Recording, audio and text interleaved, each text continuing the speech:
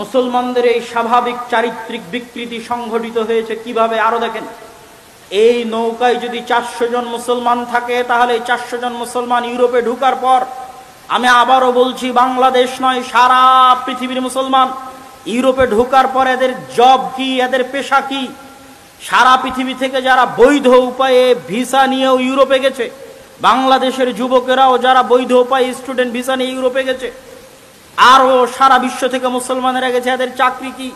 এদের চাকরি হচ্ছে হয় গাড়ির ড্রাইভার, না হয় ফুড ভান্ডার, হোম ডেলিভারি, না হলে কেয়ার হোমের জব, আর না হলে কোনো সুপার শপের দোকানদার।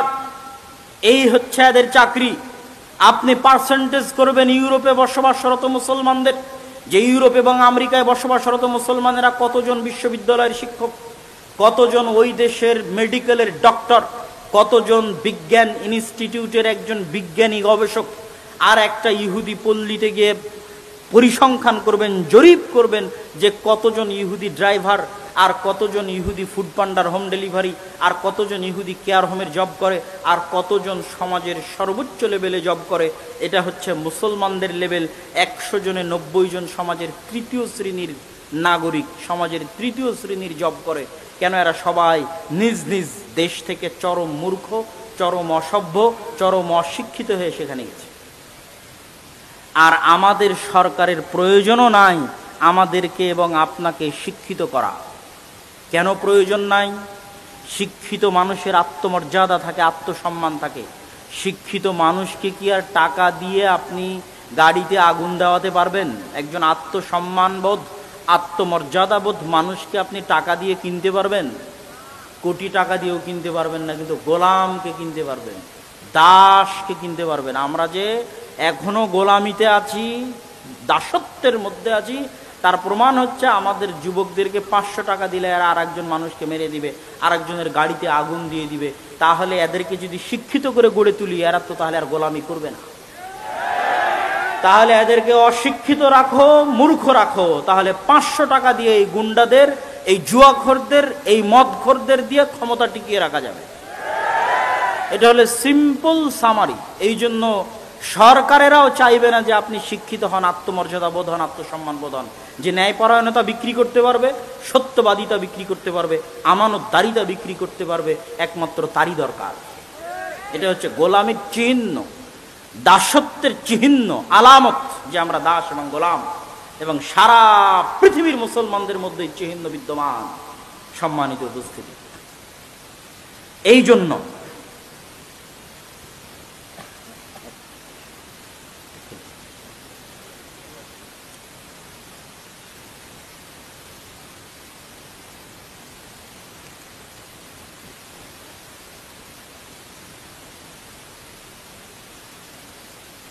তো সারা বিশ্বের সমগ্র পৃথিবীর মুসলমানেরা শিক্ষা, দীক্ষা, আমানতদারিতা, সততা, ন্যায়পরায়ণতায় পিছিয়ে আছে, পিছিয়ে আছে। এই পিছিয়ে থাকা স্বচক্ষে দেখার পর, নিজ চোখে অনুভব করার পর, যে আমাদের কাছে আজকের যুগের ফেরাউনরা শিক্ষা এবং জ্ঞান বিক্রি করে, শিক্ষা এবং জ্ঞান বিক্রি করে আমাদেরকে গোলাম বানিয়ে রাখে। তারা শিক্ষিত, আমরা মূর্খ। একটা মাস্টার্স কোর্স 9 মাসের দাম 35 থেকে 40 লক্ষ বাংলাদেশি টাকা। একটা মাস্টার্স কোর্স 9 মাস, মূল্য বাংলাদেশি টাকা 35 থেকে 40 লক্ষ টাকা। তাহলে একটা 9 মাসের মাস্টার্স কোর্সের জন্য যদি 40 লক্ষ টাকা নেয়, তাহলে একটা পারমাণবিক বোমের থিওরি দিতে কত কোটি টাকা নেবে? আর একটা বিমান কেমনে বানাতে হয়, বোয়িং আর এয়ারবাস কেমনে বানাতে হয়, ওইটা শিখাতে কত কোটি টাকা নিতে পারে? এই শিক্ষা বিক্রি করা হচ্ছে ফেরাউন আর এই বানু ইসরাইল, আজকের যুগের বানু ইসরাইল তথা আমরা বানু ইসমাইল, যারা যারা আজকের যুগের বানু ইসরাইল হয়ে গেছে, তাদের মধ্যে ডিফারেন্স 500 বছরের। ওরা শিক্ষায় 500 বছর এগিয়ে, আমরা 500 বছর পিছিয়ে। আর একটা আমাদের দুর্ভাগ্য যে আমাদের যে সমস্ত মুসলমানদের হাতে আল্লাহ টাকা পয়সা দিয়েছিল, ধন দৌলত দিয়েছিল, এদেরকে কোন ইবলিস আর কোন শয়তানি বুদ্ধি দিল যে টাকা তোমরা পর্যটনে লাগাও, এই টাকা তোমরা বিনোদনে লাগাও। নাউজুবিল্লাহ। মধ্যপ্রাচ্যের দেশগুলো সেই টাকা বিনোদন আর পর্যটনে শেষ করে দিল। শিক্ষার পিছনে ফোকাসিং খরচ বিশ্বের কোনো মুসলিম দেশ করলো না, যে তারা শিক্ষায় উন্নত হবে, জ্ঞানে গুণে আত্মমর্যাদা আত্মসম্মানে উন্নত হবে, এই কাজ করলো না। সম্মানিত উপস্থিতি, এইরকম এক ভয়াবহ পরিস্থিতিতে মুসলমানদের উত্তরণের জন্য বিশেষ করে আমাদের দেশে আরো চলমান রানিং যে শিক্ষা কারিকুলাম আছে, এই শিক্ষা কারিকুলামে যেভাবে সন্তানদেরকে ধর্মহীন বা ধর্মবিদ্বেষী বা যেভাবে উলঙ্গপনা, বেহায়াপনা, নাচ এবং গানের মতো হারাম বিষয়কে প্রকাশ্যে স্কুলের সিলেবাসে অন্তর্ভুক্ত করে প্রকাশ্যে ওই নাচ এবং গান শেখানোর জন্য শিক্ষক নিয়োগ দিয়ে, শিক্ষককে মুসলমানদের ট্যাক্স আর করের টাকায় বেতন দিয়ে প্রকাশ্যে মুসলমানের সন্তানদেরকে নাচ এবং গান শেখানো হবে, বেহায়াপনা, উলঙ্গপনা, অশ্লীলতা শেখানো হবে, স্কুলে এই সকল কার্যক্রম সম্পূর্ণ। এইরকম এক ভয়ঙ্কর অবস্থায় আপনারা যদি ভবিষ্যৎ প্রজন্মকে রক্ষা করতে চান, ভবিষ্যৎ প্রজন্মের ঈমান এবং আকীদা রক্ষা করতে চান, তাহলে যখন আমাদের গোলামি শুরু হয়েছিল ব্রিটিশ আলমে, ব্রিটিশের শাসন আমলে আমাদের যে গোলামি শুরু হয়েছিল, তখন যেমন আমাদের আদি বাপদাদারা তাদের পরবর্তী প্রজন্মের ঈমান আকীদা রক্ষার জন্য মসজিদ ভিত্তিক মক্তব চালু করেছিল, দ্বীন শিক্ষার ব্যবস্থা চালু করেছিল, আজ আবারও ওই বিধান যে মসজিদ ভিত্তিক দ্বীন শিক্ষার ব্যবস্থা করতে হবে, এটা প্রত্যেক মুসলমানের উপর, প্রত্যেক মসজিদ কমিটির উপর, মসজিদের সাথে সংশ্লিষ্ট দায়িত্বশীলদের উপর আমার জ্ঞানে, আমার বিবেচনায়, আমার বুদ্ধিতে ফরজের মতো জরুরি কর্তব্য। এই ফরজের মতো জরুরি কর্তব্য আরো কেন, আরো একটু খুলে বলি। এখানে 1 ঘন্টা বা 1.5 ঘন্টা যদি বক্তব্য দেই, তাহলে আপনারা বাড়িতে যেতে যেতে সব কথা ভুলে যাবেন। গত বছরও এখানে এসেছিলাম, গত বছরও হয়তো 1-1.5 ঘন্টা বক্তব্য দিয়েছি, আজ আর মনে নাই আপনাদের। তার আগের বছর যদি এসে থাকি 1-1.5 ঘন্টা বক্তব্য দিয়েছি, ভুলে গেছেন, মনে নাই। কিন্তু আপনারা ছোটবেলায় যে বক্তব্যে 2-1টা দোয়া শিখেছেন, যে 2-1টা কোরআনের আয়াত শিখেছেন, আমল আকীদা শিখেছেন, ওটা এখনো মনে আছে। মরাপন তো অতটুকুই কাজে লাগে, সারা জীবনে আর সেভাবে শিখাও হয় না। আজকে যদি ওই মক্তব ব্যবস্থা উঠে যায় বা গেছে, থাকলে সেভাবে শক্তিশালী সচেতন অবস্থার উপর নাই, মজবুত অবস্থার উপর নাই, যেভাবে উঠে যাচ্ছে এবং উঠে গেছে, যেভাবে এলাকায় গ্রামে গ্রামে ব্রাক থেকে শুরু করে, প্রাথমিক বিদ্যালয় থেকে শুরু করে, কিন্ডারগার্টেন স্কুল থেকে শুরু করে, ইংলিশ মিডিয়াম স্কুল থেকে শুরু করে, খ্রিস্টান মিশনারিদের স্কুল থেকে শুরু করে ছড়িয়ে পড়ছে, সেটার সাথে আমরা যেভাবে শিক্ষা বিমুখ জাতি, শিক্ষা বিমুখ, আমাদের কাছে উন্নতি কি? আমাদের কাছে উন্নতি হচ্ছে কনস্ট্রাকশন। বিশাল 300 ফিট রাস্তা বানিয়েছেন, অথচ আপনারাই দাবি করছেন ইংল্যান্ড আপনাদের চেয়ে উন্নত। ইংল্যান্ডে যান দেখি, এত বড় রাস্তা আছে কিনা ইংল্যান্ডে, যে দেখেন যে আছে কিনা ইংল্যান্ডে এত বড় রাস্তা, আপনাদের এলাকার মতো সরু রাস্তা। তার মানে আমি বলছি না যে রাস্তা তৈরি করা উন্নতি নয়। আপনি মনে করছেন বিশাল দুবাই বুর্জ খলিফা বানিয়ে আপনি উন্নত হয়েছেন, তো বুর্জ খলিফার মতো আর বুর্জ খলিফা আমেরিকা ইউরোপে আছে কিনা দেখেন তো, নাই। তার মানে আমি বুঝাতে চাচ্ছি যে ওরা যদি পৃথিবীর আজকে সবচেয়ে উন্নত জাতি হয়ে থাকে, আর বিল্ডিং বানানো যদি উন্নতি হয়, তো সবচেয়ে উন্নত উঁচু বিল্ডিং ওদের এলাকায় থাকবে, স্বাভাবিক। রাস্তা বানানো যদি উন্নত হয়, তাহলে সবচেয়ে প্রশস্ত রাস্তা ওদের এলাকায় থাকবে। সেটা ওদের এলাকায় নেই, মুসলমানদের এলাকায় আছে, কিন্তু মুসলমানেরাই গোলাম। তাহলে ওরা কি দিয়ে পৃথিবী চালাচ্ছে ভাই? ওদের কাছে আছে অক্সফোর্ড, ক্যামব্রিজ, হার্ভার্ড, যা আপনার কাছে নাই। তাহলে মুসলমানেরা যদি উন্নত হতে চায়, তো ওখানে কাজে লাগাতে হবে। ওই একই রোগ, একই অসুস্থতা মুসলমানদের আপনাদের রুট লেভেলে, স্বাভাবিক রুট লেভেলে। মসজিদ উন্নত কেন? মসজিদে টাইলস আছে, মসজিদে এসি আছে। তো মসজিদ স্বর্ণ দিয়ে বানিয়ে দেন, এলাকার শব্দ জুয়াখোর মদ করে ভরে গেছে।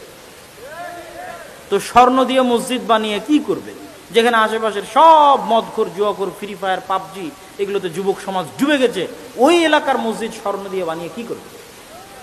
এই জন্য আমি এখন পর্যন্ত 130-এর অধিক মসজিদ সফর করে, ফি সাবিলিল্লাহ, আল্লাহর সন্তুষ্টির জন্য 130-এর অধিক মসজিদ সফর করে শক্তভাবে মসজিদ কমিটিদেরকে বলা আছে যে এই মসজিদের টাইলস বিক্রি করে মসজিদে মক্তব চালু করেন।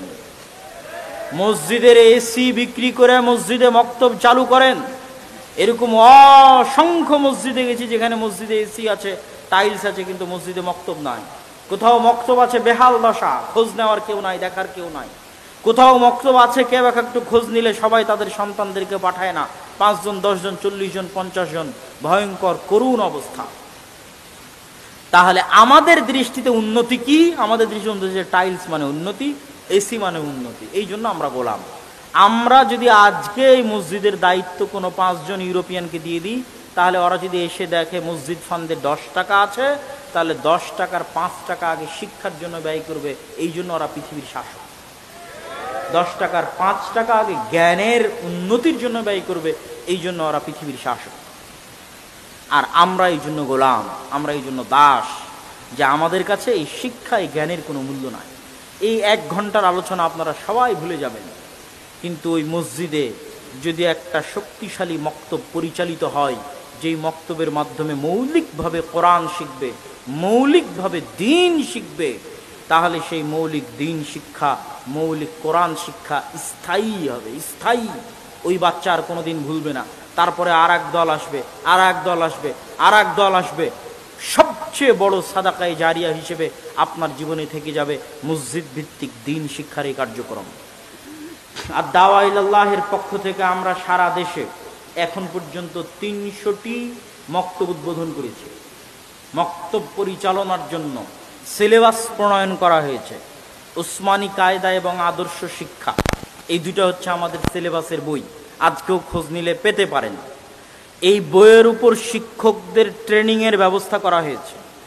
আজকে এখন আল জামিয়া সালাফিয়া ডাঙ্গিপাড়া পবা রাজশাহীতে 3য় ব্যাচের 10 দিন ব্যাপী ট্রেনিং চলতেছে, যেখানে বাংলাদেশের বিভিন্ন অঞ্চল থেকে 30-এর অধিক মক্তবের শিক্ষকেরা একত্রিত হয়েছে। 2য় ব্যাচে 70 জন মক্তবের শিক্ষক ট্রেনিং নিয়েছে। প্রথম ব্যাচে 40 জন মক্তবের শিক্ষক ট্রেনিং নিয়েছে। আর এখন 3য় ব্যাচের ট্রেনিং চলতেছে জামিয়া সালাফিয়া ডাঙ্গিপাড়া পবা রাজশাহীতে। এখন আজকেও ট্রেনিং নিচ্ছে। এই যে 40 জন, 70 জন, 30 জন, এদের সকলের যাতায়াত খরচ ফ্রি। আল জামিয়া সালাফিয়া বহন করবে, আর দাওয়া ইলাল্লাহ বহন করবে, করেছে। প্রথম ব্যাচে যারা এসেছে তাদেরকে যাতায়াত খরচ দেওয়া হয়েছে। 2য় ব্যাচে যারা এসেছে তাদেরকে যাতায়াত খরচ দেওয়া হয়েছে। 3য় ব্যাচে যারা আসবে তাদেরকেও যাতায়াত খরচ দেওয়া হবে। এদের থাকা এবং খাওয়া ফ্রি, আর দাওয়া ইলাল্লাহ বহন করবে।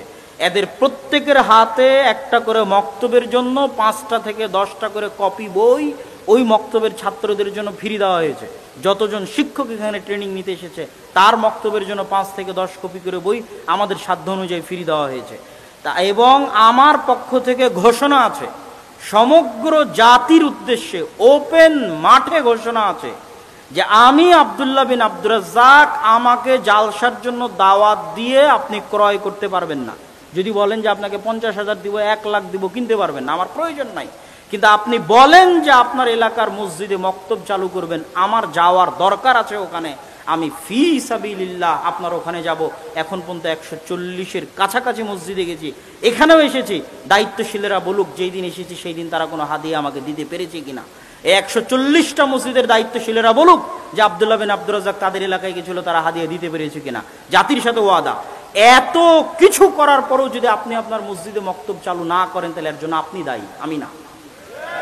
আপনি যদি আপনার মসজিদের মক্তব আর দাওয়া ইলাল্লাহর অধীনে দিয়ে আপনার শিক্ষককে ট্রেনিং দিয়ে শক্তিশালী না করেন, এত সুযোগ সুবিধা দেওয়ার পরও, এত চেষ্টা এবং পরিশ্রমের পরও, তাহলে কিয়ামতের মাঠে আপনি জবাবদিহি করবেন আল্লাহর সামনে, আমি না। অতএব জাতির সামনে উদাত্ত আহ্বান জানিয়ে যাচ্ছি, বাংলাদেশের প্রত্যেক মসজিদে, কি হানাফি কি আহলে হাদিস, হানাফিও যদি বলে এখানে আসতে হবে কোরআন শিক্ষার জন্য, আমি যেতে প্রস্তুত আছি। কি হানাফি কি আহলে হাদিস, প্রত্যেক মসজিদে দ্বীন শিক্ষা, মসজিদ ভিত্তিক দ্বীন শিক্ষা বাস্তবায়ন করতে হবে। এটা আমাদের চ্যালেঞ্জ, এটা আমাদের যুদ্ধ।